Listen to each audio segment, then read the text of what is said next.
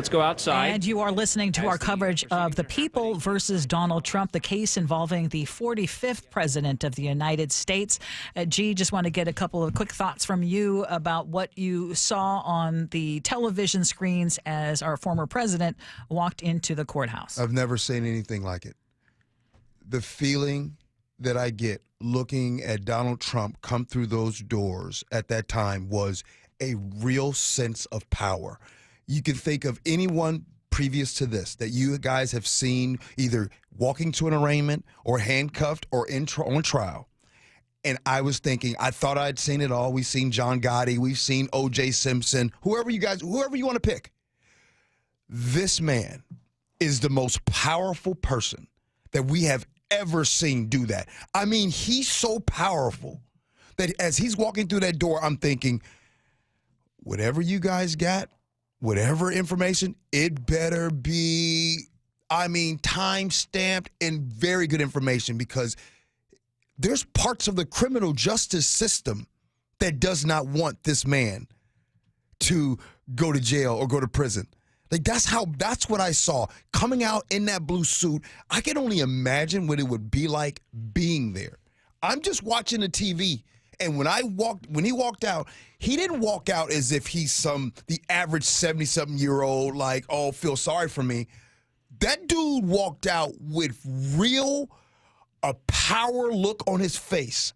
Ursula, I felt power when he came out of that door. He was wearing a navy blue suit. He had a red tie. He walked into the courtroom surrounded by security guards.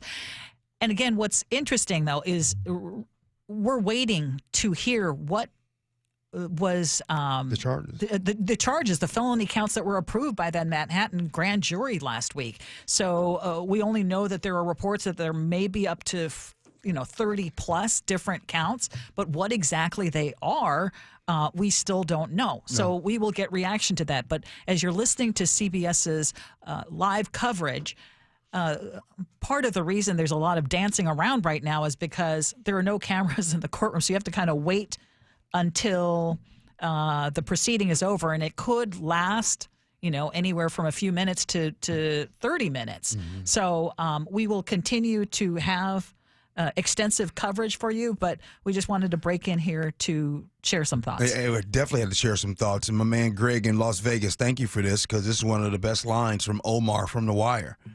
You come at the king, you better not miss. And this moment right here was like, Ursula, it didn't do it for me watching him in the cars on the way, and it didn't do it for me seeing all of the supporters and all that.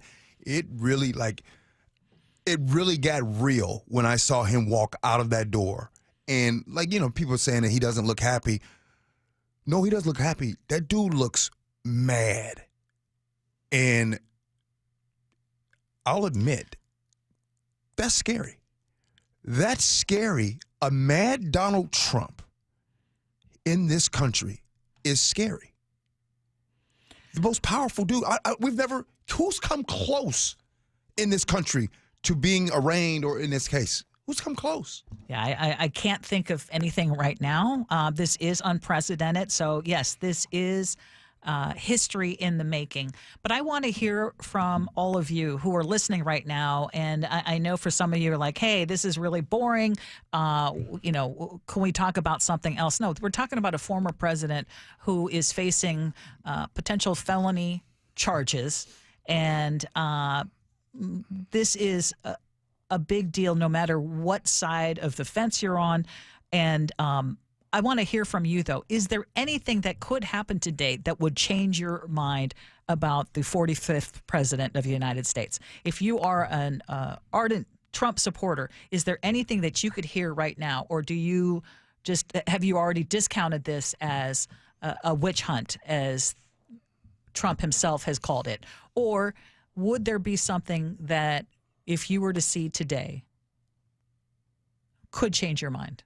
Because right now, Donald Trump continues to be the front runner for the Republican Party. Yeah.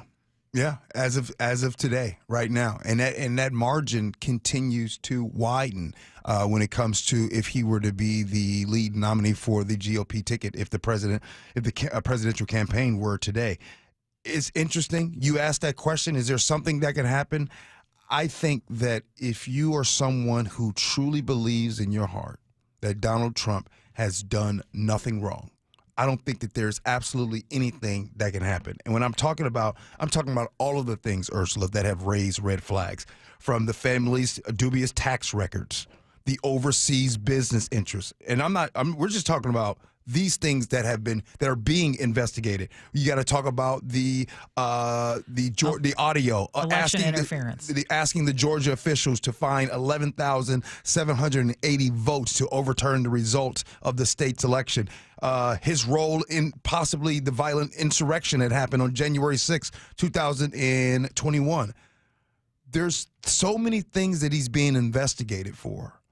And this one thing, I think people have the mindset of the same way Al Capone did all of the things that he did, Ursula, and a man went to prison for tax evasion. What?